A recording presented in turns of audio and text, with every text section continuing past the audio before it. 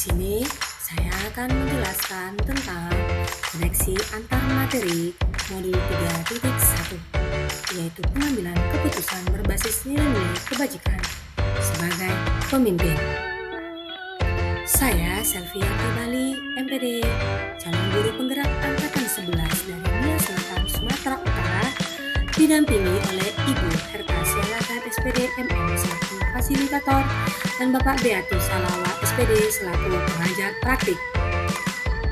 Di sini saya akan menjelaskan tentang rangkuman proses perjalanan saya sebagai seorang guru penggerak mulai dari modul 1.1 sampai modul 3.1 yang saling berkaitan satu sama lain. Dalam hal ini, saya akan menjawab beberapa pertanyaan yang merupakan rangkuman dari keseluruhan materi yang sudah saya pelajari. Yang pertama, bagaimana filosofi Ki Hajar Dewantara dengan Pratap Triloka memiliki kaitan dengan penerapan pengambilan keputusan sebagai seorang pemimpin? Filosofi Ki Hajar Dewantara dengan Pratap Triloka memiliki keterkaitan yang erat dengan penerapan pengambilan keputusan sebagai seorang pemimpin. Pratap Triloka memiliki 3 semboyan, yaitu yang pertama, Dengarso Sentulodong. Seorang pemimpin harus menjadi contoh atau teladan bagi yang dipimpinnya. Setiap keputusan yang diambil harus mencerminkan nilai-nilai kebajikan yang ingin ditanamkan pada anggota tim.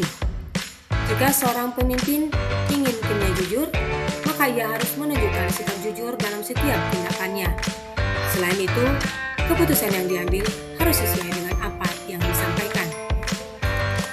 Yang kedua, Irmadia Mangunkarsa, di mana seorang pemimpin harus mampu membangkitkan semangat dan motivasi anggotanya, melibatkan anggota dalam proses pengambilan keputusan, dan mampu mengkomunikasikan visi ini dengan jelas kepada timnya. Keputusan yang diambil harus dapat memberikan semangat baru dan arah yang jelas bagi anggotanya. Dan yang ketiga yaitu Tuturi Handayani, di mana seorang pemimpin harus memberikan kesempatan kepada anggota tim untuk mengembangkan potensi diri mereka secara berkala, mengevaluasi hasil dari keputusan yang diambil, dan melakukan perbaikan jika diperlukan. Tidak hanya memberikan perintah, tetapi juga memberikan dukungan kepada anggota timnya. Ketika menghadapi kesulitan, pemimpin harus hadir untuk membantu dan memberikan solusi. Dalam konteks pengambilan keputusan, filosofi Pratap Triloka mengajarkan kita bahwa seorang pemimpin harus mempertimbangkan dampak keputusan terhadap semua pihak.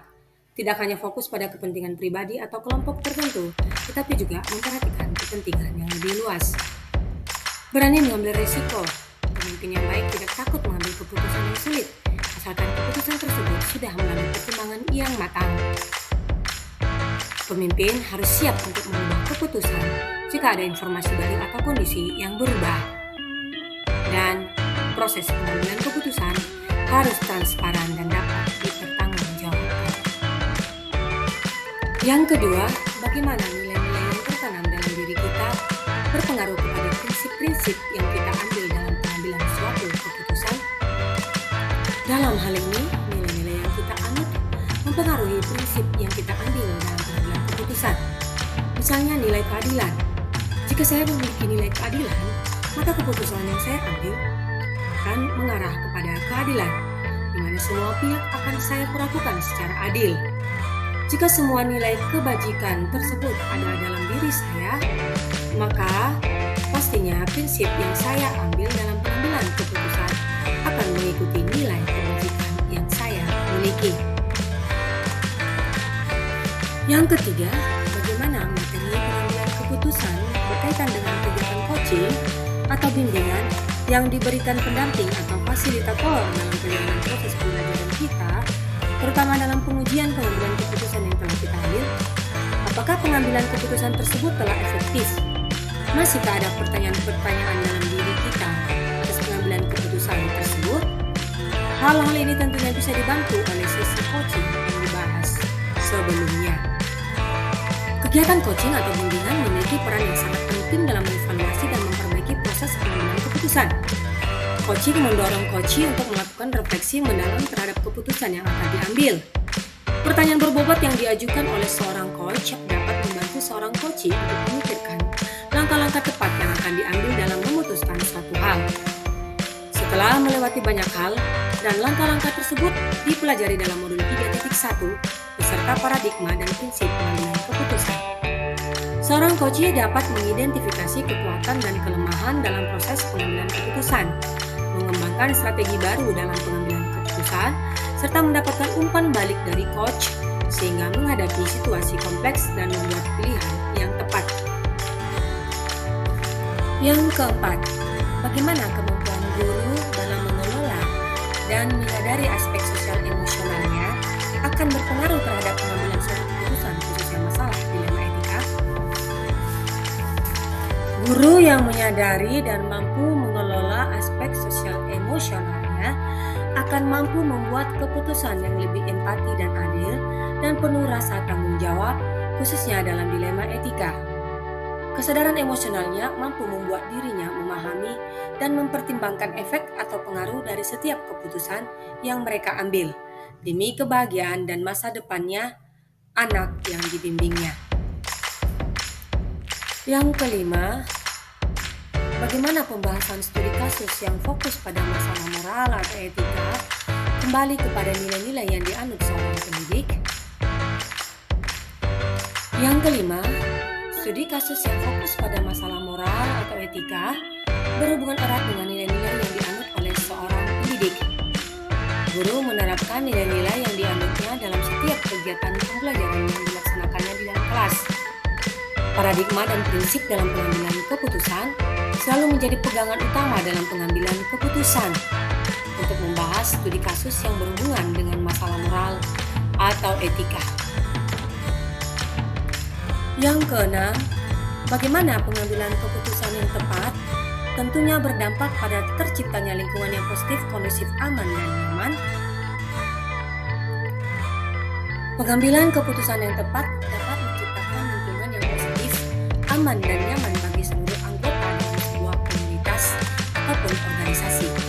Dalam pengambilan keputusan dibutuhkan 9 langkah pengujian, yaitu yang pertama mengenali lingkungan yang saling bertentangan, yang kedua menentukan siapa yang terlibat dalam situasi tersebut, 3. Kumpulkan fakta-fakta yang relevan, 4. Pengujian benar atau salah, 5. Pengujian paradigma benar lawan benar, 6. Melakukan prinsip resolusi, 7. Investigasi opsi trilema, 8. Buat keputusan, dan 9. Lihat kembali keputusan dan refleksikan.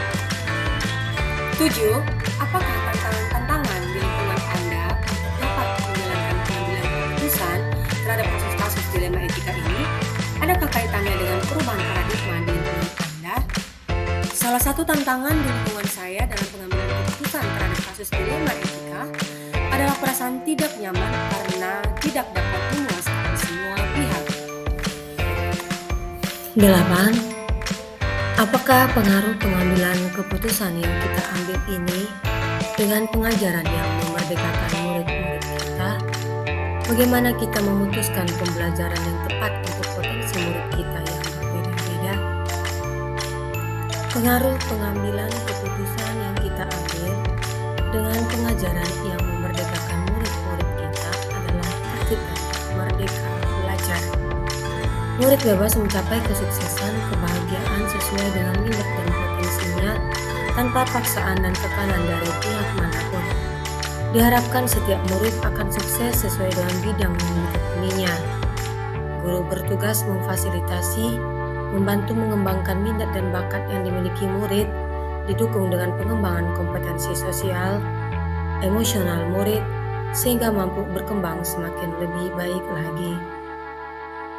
9. Bagaimana seorang pemimpin pembelajaran dalam mengambil keputusan dapat mempengaruhi kehidupan atau masa depan murid-muridnya? Keputusan yang diambil oleh seorang pemimpin pembelajaran pasti akan membawa dampak jangka panjang ataupun jangka pendek. Apa yang telah kita putuskan akan menjadi pedoman bagi murid-murid kita kelak dalam berpikir dan bertindak. 10. Apakah kesimpulan akhir yang dapat Anda tarik dari pembelajaran modul materi ini? ini dan keterkaitannya dengan modul-modul sebelumnya. Kesimpulan akhir yang dapat saya tarik dari pembelajaran modul ini dan keterkaitannya dengan modul sebelumnya yaitu bahwa pengambilan keputusan merupakan suatu keterampilan khusus yang harus dimiliki seorang pendidik. Keputusan yang diambil harus bermanfaat bagi banyak orang, terutama bagi murid-murid kita. Keputusan yang dibuat oleh seorang pendidik harus berlandaskan pada filosofi pendidikan menurut Ki Hajar Dewantara, karena setiap keputusan haruslah memiliki keberpihakan pada murid. Keputusan tersebut harus mampu mengantarkan pada lingkungan yang kondusif, aman, dan nyaman atau well-being. Juga harus dilakukan dengan budaya positif yang mengikuti alur bagja. Semua keputusan harus mengantarkan murid kita memahami profil pelajar Pancasila dan dalam perjalanannya pastinya akan mengalami banyak masalah yang membutuhkan keputusan yang berdasar pada adanya dilema etika ataupun rujukan moral. Sebagai bentuk adanya kemerdekaan dalam belajar, maka diterapkanlah pembelajaran berdiferensiasi. Dengan pembelajaran berdiferensiasi, diharapkan bahwa minat, bakat, serta potensi murid dapat berkembang dengan baik. 11. Sejauh mana pemahaman Anda tentang konsep-konsep yang telah Anda pelajari di modul ini, yaitu dilema etika dan bujukan moral, 4 paradigma pengambilan keputusan, 3 prinsip pengambilan keputusan, dan 9 langkah pengambilan dan pengujian keputusan. Adakah hal yang menurut Anda di luar dugaan? Pemahaman saya mengenai dilema etika bahwa keputusan yang diambil berdasar pada 2 hal yang sama-sama benar. Sedangkan bujukan moral adalah keputusan yang diambil berdasarkan 2 hal yang benar atau salah. Dari keempat paradigma dalam pengambilan keputusan, sebagai seorang pendidik harus mampu memilih salah satunya sebagai pedoman dalam pengambilan keputusan. Begitupun dengan prinsip pengambilan keputusan haruslah memilih salah satunya. 9 langkah pengambilan dan pengujian keputusan akan dapat dilaksanakan jika sebuah masalah berdasar pada dilema etika. 12. Sebelum mempelajari modul ini, pernahkah Anda menerapkan pengambilan keputusan sebagai pemimpin dalam situasi moral dilema? Bila mana pernah, apa bedanya dengan apa yang Anda pelajari di modul ini? Sebelum mempelajari modul ini, saya pernah mengambil keputusan dengan situasi dilema etika, namun keputusan yang saya ambil didasarkan pada keputusan bersama dalam sidang rapat kenaikan kelas murid di akhir semester pembelajaran. Saya tidak melakukan 9 langkah pengambilan keputusan, namun semua dilakukan berdasarkan kesepakatan semua pihak guru. Perbedaan yang saya temukan adalah bahwa dalam modul ini diperlukan 9 langkah dalam pengambilan keputusan, sedangkan sebelumnya saya menggunakan kesepakatan dalam forum rapat Dewan Guru tanpa melalui 9 langkah yang telah dipelajari dalam modul ini. 13. Bagaimana dampak mempelajari konsep ini buat Anda? Perubahan apa yang terjadi pada cara Anda dalam mengambil keputusan sebelum dan sesudah mengikuti pembelajaran modul ini? Konsep yang saya pelajari dalam modul ini memberi dampak besar bagi pola berpikir saya. Sebelumnya saya mengambil keputusan berdasarkan pada kesepakatan di ruang rapat Dewan Guru tanpa melalui 9 langkah pengambilan keputusan. Dalam modul ini saya mengetahui bahwa keputusan yang baik ketika menghadapi dilema etika haruslah didasarkan pada 4 paradigma, 3 prinsip dan 9 langkah dalam pengambilan keputusan yang berbasis nilai kebajikan sebagai pemimpin. Dan yang ke-14, seberapa penting mempelajari topik modul ini bagi Anda sebagai seorang individu dan sebagai seorang pemimpin? Topik dalam modul ini sangat penting dan sangat bermakna bagi saya, karena bagi saya sebagai seorang pendidik, saya pastinya akan menghadapi banyak masalah yang berhubungan dengan peserta didik di dalam kelas dan ruang lingkup sekolah. Saya menyadari bahwa selama ini saya mengambil keputusan tanpa dasar dan tanpa pengujian. Namun dengan mempelajari modul ini, saya paham bahwa saya tidak boleh mengambil keputusan tanpa pertimbangan.